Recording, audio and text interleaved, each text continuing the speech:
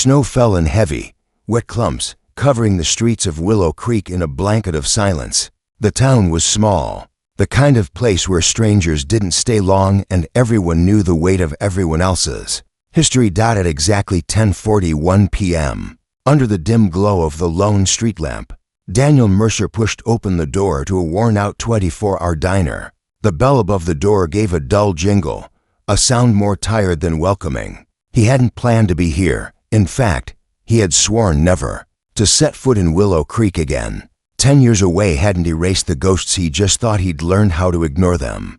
But tonight, instead of driving straight to the old estate at the edge of town, he had found himself here, avoiding the past. Inside, the air was thick with the smell of coffee that had been reheated one too many times, and the faint scent of fried onions. Only 3 tables were occupied: an elderly man reading a worn newspaper, a trucker with a half-finished burger and closed eyes, and a young mother trying to keep her toddler from climbing onto the table. Daniel slid into a booth by the window, not because he wanted a view, but because it gave him space. He wasn't hungry, he wasn't thirsty. He simply needed to be somewhere that wasn't home. That's when he heard it, a slow, uneven step, not the confident pace of a seasoned waitress, but a careful, measured sound. He looked up. She was young, maybe in her early 20s, wearing a faded apron tied in a messy knot. Her right leg dragged slightly, supported by a simple brace hidden under her jeans. She balanced a tray with one hand while the other clung lightly to the back of a chair. As she passed, without a word, she set a glass of water on his table. Not a sound, not a ripple in the liquid.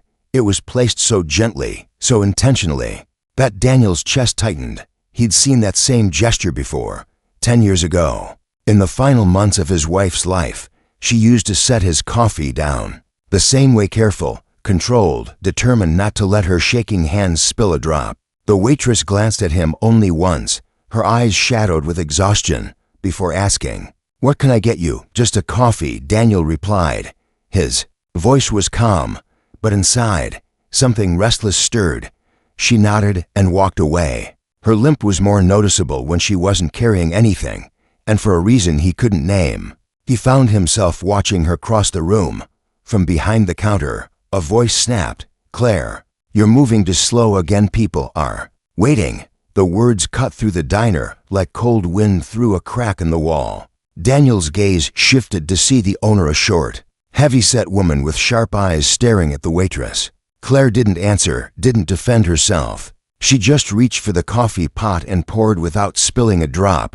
When she returned, Daniel noticed something else: a faint scar along her wrist, like an injury that had healed but never quite faded. She set the coffee down gently, along with a plain paper check, then turned to walk away. He should have just left it there, paid for his coffee, gone home. But as the snow outside thickened and the clock ticked past 11, Daniel Mercer realized something. He couldn't walk away this time. Daniel stayed in the booth longer than he intended, watching the steam curl from his coffee. Claire moved around the diner with quiet precision, her limp becoming more pronounced each time she returned from the kitchen. She never smiled, not once, not even to the young mother whose little boy kept trying to hand her a crayon. Still, she bent to pick it up every time he dropped it, placing it gently back on the table without a word. The clock on the wall ticked toward 11:30. One by one, the other customers left, until Daniel was the only one left sitting under the flickering fluorescent lights. The owner had retreated to the back, leaving Claire to clear tables alone. A sudden gust rattled the diner's windows, and Daniel noticed Claire pause, resting her weight on the counter for a moment. It wasn't just fatigue, there was pain in the way she held herself. Like every step cost her more than she could afford to give. She came to his table with a small, polite nod. "Would you like a refill before we close? You're closing?" Daniel asked, glancing toward the sign that read open 24 hours. "Tonight's different," she said softly, eyes darting toward the kitchen as if afraid someone might overhear. There was something in her voice, a hint of caution, maybe even fear, that made him sit up straighter. "I'll take one more cup," he said, hoping she might linger long enough to talk. She brought the coffee back, but her hands were trembling just enough for him to notice. when she set the cup down. He spoke before she could leave. "How long have you worked here?" Her lips pressed together as if she was considering whether it was safe to answer. "A while," she said at last. Her tone clipped. "Do you live nearby?" She hesitated, shifting her weight awkwardly, her gaze fixed on the floor. "Yes." He could feel her pulling away, but something told him that if he let her walk off now, she'd retreat behind whatever wall she had built, and he'd never learn what was hiding there. "You remind me of someone I knew a long time ago," he said quietly. That made her look at him, really look at him for the first time. Her eyes were tired, but there was a spark of something else, something unspoken. "Was she like me?" Daniel swallowed.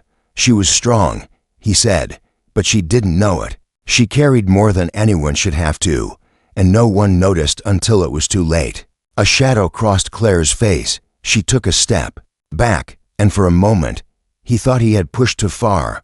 But then, in a voice barely above a whisper, she asked, "Did you ever wish you'd done something sooner?" He didn't need to think about it. Every day, before he could ask her anything else. The kitchen door banged open. The owner's voice was sharp and impatient. "Claire, you're wasting time. We've got work to do." Claire turned, her expression snapping back into that careful, unreadable mask. Without another word, she walked away. Daniel sat there, his coffee cooling, his mind turning over that one question she had asked him. It wasn't the kind of thing someone said casually. It was the kind of question that came from living through something, and he couldn't shake the feeling that if he didn't find out what that something was, she might not get another chance to ask anyone at all. He looked toward the door to the kitchen. Whatever was behind it wasn't just a place for cooking, it was the place that had stolen the light from her eyes, and he knew, with a certainty that startled him, that he would be back tomorrow, even if she didn't want him to be. The next night, Daniel returned earlier. He told himself it was just to grab dinner, but in truth, he couldn't get Claire's question out of his head. The streets were still icy, the town just as quiet, but something about the diner's warm lights pulled him in like a beacon. Claire was already working, her limp just as pronounced, though she moved quickly between tables as if determined not to draw attention. She didn't notice him at first. Her focus was on a family in the corner, their two children spilling napkins on the floor. She knelt to pick them up, wincing slightly when her knee bent too far. Daniel took his usual seat by the window. When she finally approached with a menu, her expression was politely blank. "Coffee?" she asked. "And maybe something to eat," he said. "What's good tonight?" She almost smiled, but it didn't quite reach her eyes. "Depends how much you trust our cook." When she walked away, he noticed the faint sway in her step, not just from her limp, but from exhaustion. She looked thinner than she had the night before, her cheeks hollow. He wondered if she even ate during her shifts. As he waited, the door opened, letting in a sharp gust of cold air and a tall man in a heavy coat. His boots left wet marks on the floor as he strode past Daniel without a glance, heading straight for the counter. "Where is it?"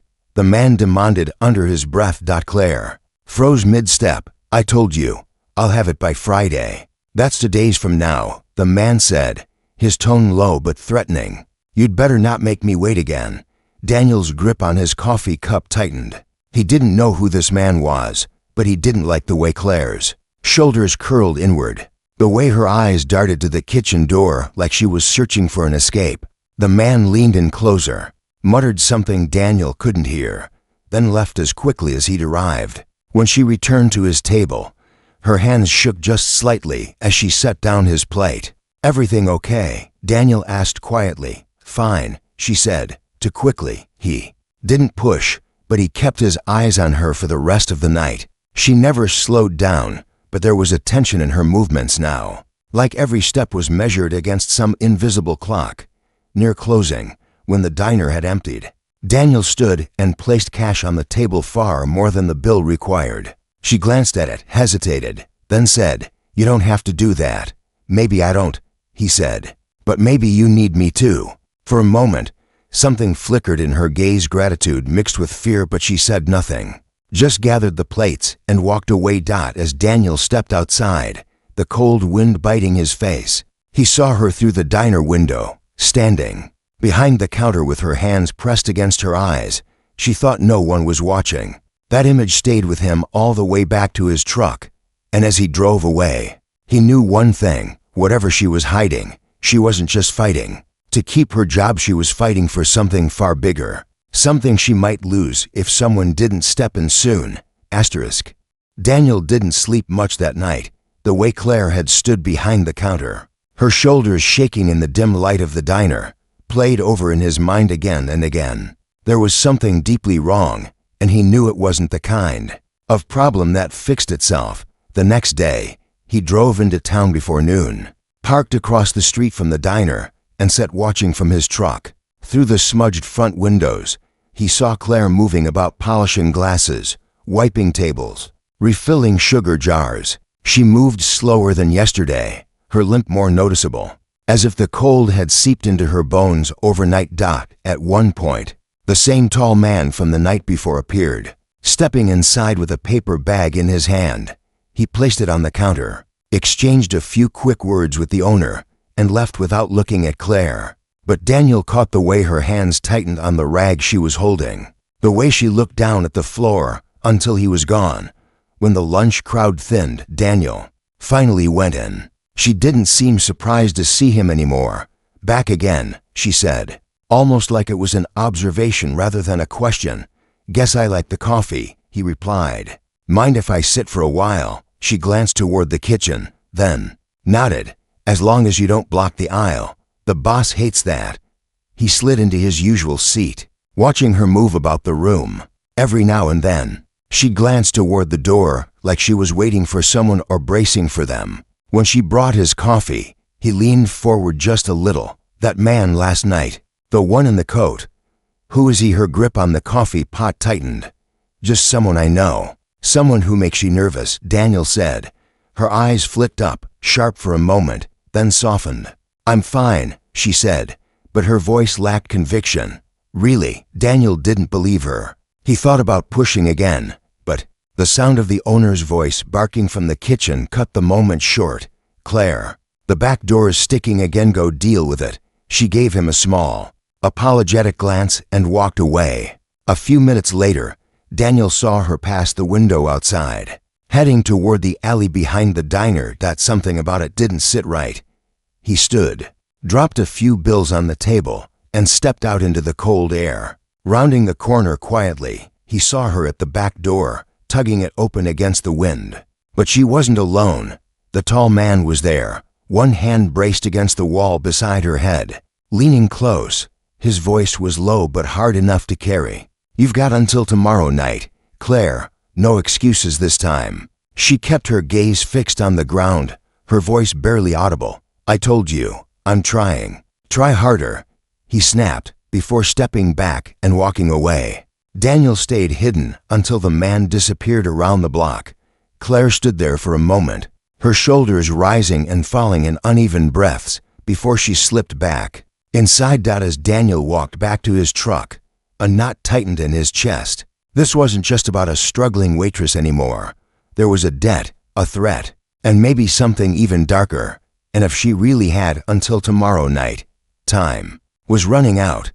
He started the engine, but didn't drive away. Instead, he sat there, staring at the diner door. He'd been a bystander once before in his life, and it had cost him everything. This time, he wasn't going to wait until it was too late.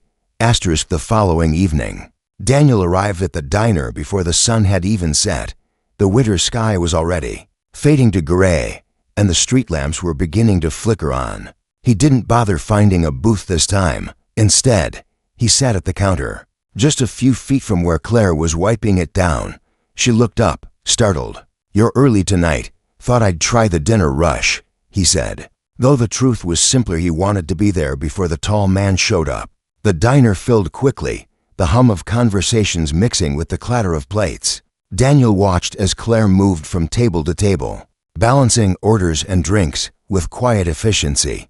She smiled at a little girl in a red coat, laughed softly when a customer made a harmless joke, but the moment she turned away, the brightness in her face dimmed. Halfway through his meal, the front door opened, and the air in the diner seemed to shift. The tall man walked in. He wasn't wearing his coat this time. and Daniel could see the sharpness in his eyes more clearly. He scanned the room, spotted Claire, and crooked a finger. She hesitated only a second before stepping toward him. Daniel caught the way her hand tightened around the order pad she was holding, the paper bending under her grip. "I don't have it yet," she said quietly. The man's lips curved into something that wasn't quite a smile. "Then we've got a problem." Daniel stood, his chair scraping the floor just enough to draw the man's eyes. He kept his voice calm. "Is there an issue here?" The man looked him over slowly, like he was trying to place him. "Just a private conversation." "Doesn't sound private from here," Daniel replied. Claire stepped between them, her voice quick and nervous. "It's fine, really." The man's gaze lingered on Daniel for another beat before he leaned close to Claire and muttered, "Midnight, don't be late."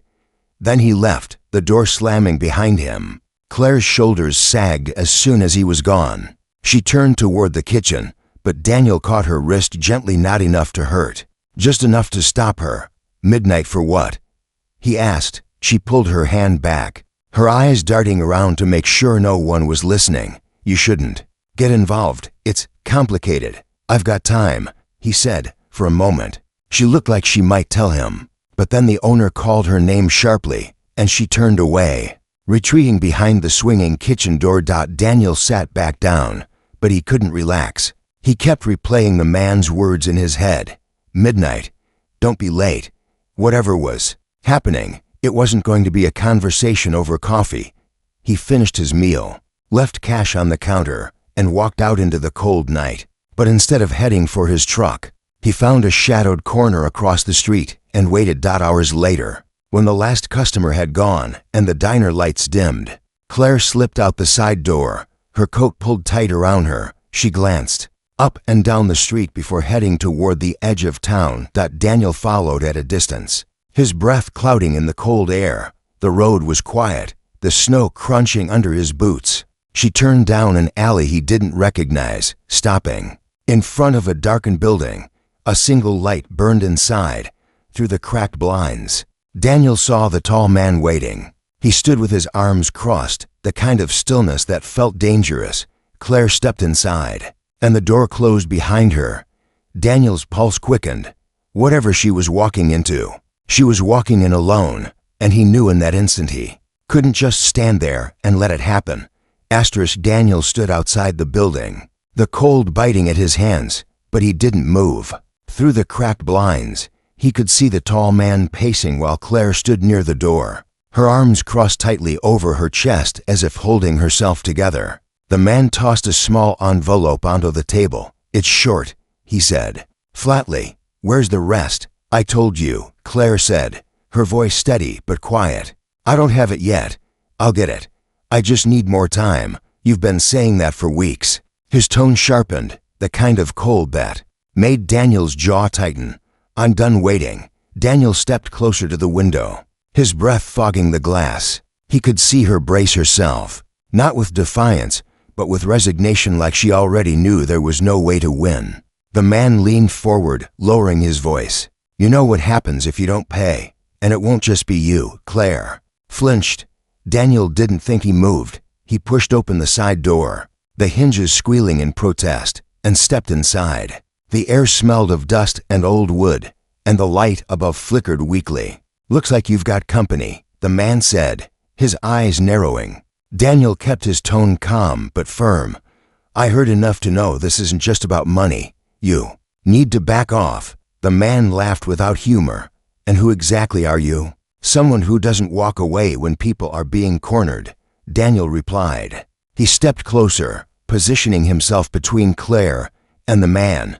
"This is none of your business," the man said, his voice dropping into something darker. "It is now," Daniel said. "Whatever she owes, I'll cover it." Claire's eyes widened. "Daniel, no." He didn't look at her, keeping his attention on the man. "How much?" The man smirked. "You think it's just about a number? She's been paying for something that's not even hers to fix. But since you're so eager," he named a sum that made even Daniel pause. "More than most people in town made in a year." Daniel didn't blink. "You'll have it tonight. But after that, you don't come near her again." The man's gaze lingered on him. weighing whether to argue. Finally, he gave a slow, cold smile. Fine, but if I see her again, the deal's off. He picked up the envelope from the table and walked out without looking back. When the door closed, silence settled over the room. Claire's hands were trembling. "You shouldn't have done that," she said, her voice breaking. "I couldn't. Just stand outside and listen," Daniel replied. "Tell me what this is really about." She sank into the nearest chair, her eyes fixed on the floor. "It's my brother. He made some bad choices. Got involved with the wrong people when he left town. They came after me instead, said if I didn't cover what he owed, they'd find him and they wouldn't be gentle. I thought I could handle it, work extra shifts, pay it off piece by piece, but it kept getting bigger, and I couldn't keep up." Daniel sat across from her, the weight of her words settling over him. "You've been carrying this alone." Her voice was barely a whisper. "I didn't think anyone would care." For a long moment, he said nothing. Then he reached across the table, resting his hand over hers. "You're wrong about that." Her eyes met his then, and for the first time since he'd met her, he saw the walls she'd built begin to crack. There was fear there still, but also relief, like someone had finally lifted the weight she'd been dragging for so long. Outside, the snow began to fall harder, covering the streets in quiet white. Daniel knew there would still be things to face tomorrow, the payment to make, the loose ends to tie, but he also knew one thing for certain. He had walked into that diner looking for nothing more than a cup of coffee, and somehow he had walked out with a reason to stay.